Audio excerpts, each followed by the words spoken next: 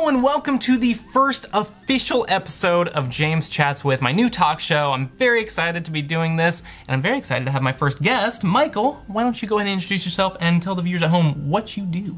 Hi everybody, I am the frontman of Hot Chocolate Party. We are a musical comedy sketch troupe based here in Los Angeles, and we've got 3 albums out now and a 4th one due later out this year. Very, very cool. All right, well, the way this show works is I have a couple questions of my own, and then I have questions from viewers on Twitter. Awesome. And so I'll just jump into my questions to begin with. Let's do it. You and I both are huge fans of the show The Office. Yes, that is correct.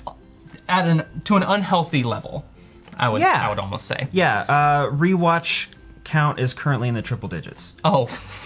Easily. Easily. So my first question is, who in The Office do you relate to the most? I would have to say Kevin Malone. Kevin Malone, interesting. Kevin Malone. Elaborate for me. I have very little patience for stupidity. Also in high school, they called me the Kool-Aid Man. So there's also that. Oh, yeah. Very nice. Yeah, very nice. So I'm rocking the look actually right now. So I actually pin you as more of a Moe's character.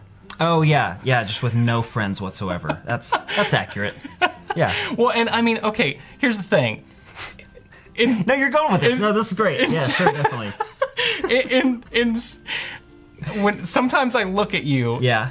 And you look strikingly similar to Moe's in some situations and some angles. Now, like Moe's or like Mike Schur, the actor that plays him? All of the above. Listen, see, I've gotten Gabe before, and like that is better than Moe's. Okay.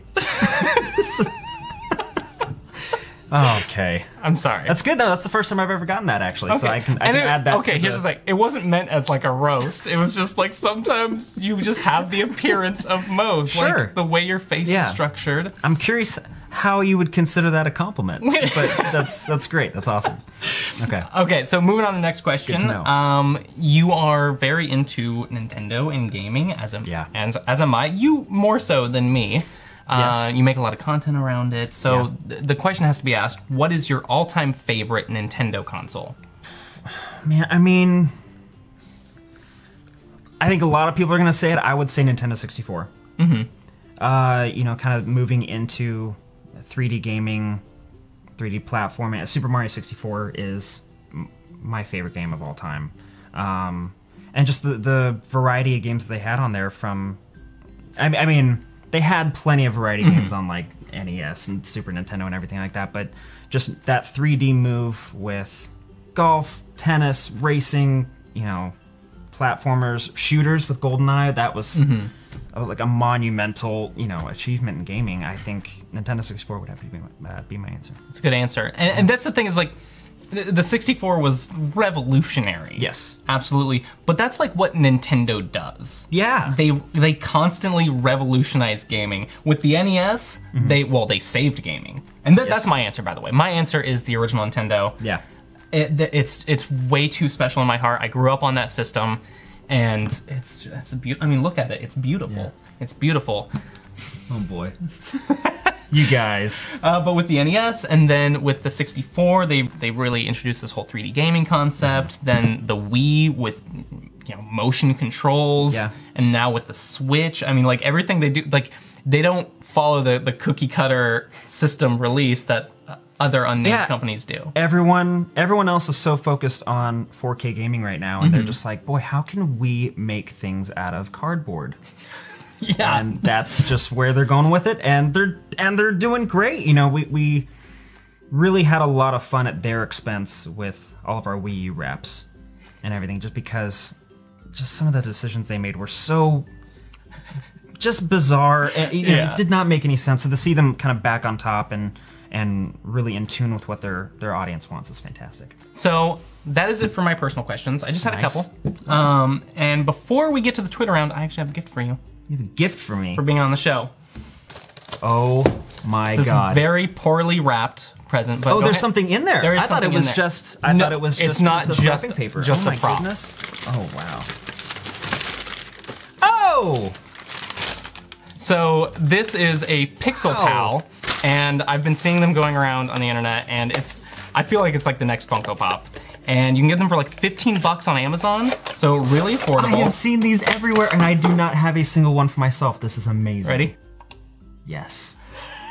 How cool is that? You guys. So there's a bunch of like different 8-bit characters, so this is for you. Oh my god, thank you very much. That is your gift for being on the show.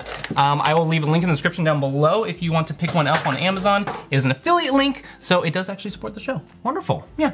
So let's move into the Twitter round. Okay. Got a couple questions here from viewers. From Hapless Dupe, he would like to know, will we ever see a video for Stockholm Syndrome? Stockholm Syndrome? Yes, yeah, that was a song that was on our most recent album. It was a IKEA rap. Oh. Yes. Nice. IKEA.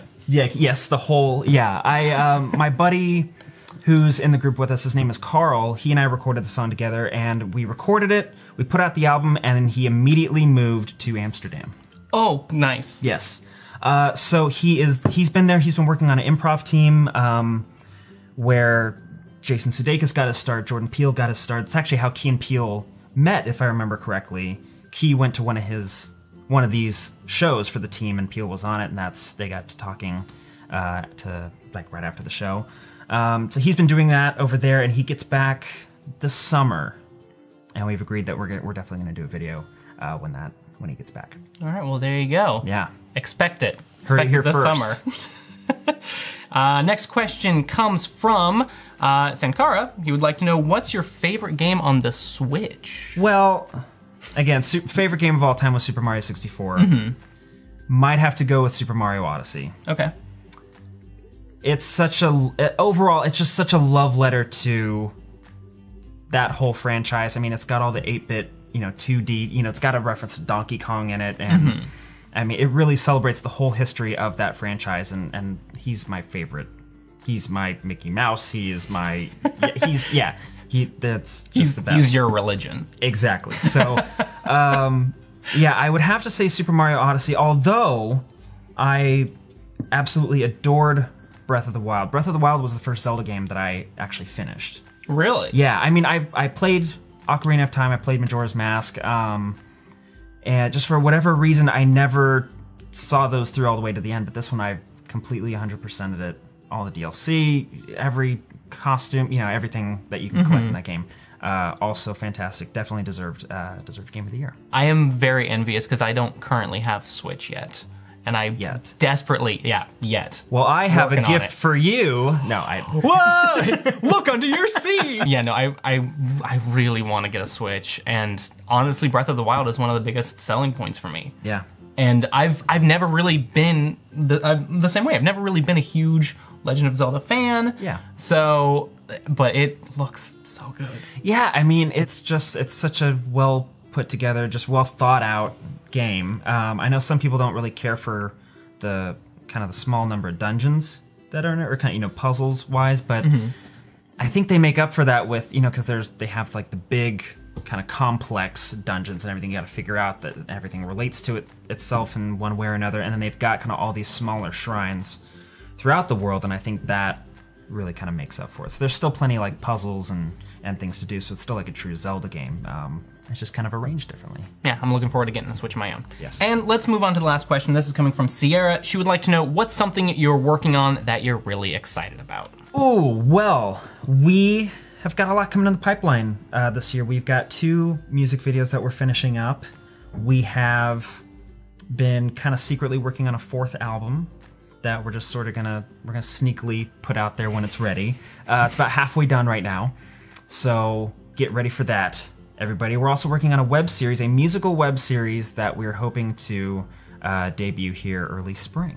Ooh. Yeah, that we're piloting it right now. We're kind of shopping it around to see if some folks will be interested in it or interested in participating in it, and I think it's gonna be really neat. It's gonna be sort of a musical parody / how-to series, and we'll explain more kind of how those two connect as it gets closer. All right. Yeah. Well, I'm very excited. Thank you so much for being on the show. Of course. Very excited to have you. Very excited for the show. If you guys are excited too, make sure you subscribe, like the video, do all that fun stuff. Hit me up on social media. Where can they find you? You can find us on Twitter at HCP Productions, And we have our website, hotchocolateparty.com, and you can also find us on YouTube. All right, thanks everyone for being on the show. Thanks for watching, and I will see you all in the next episode.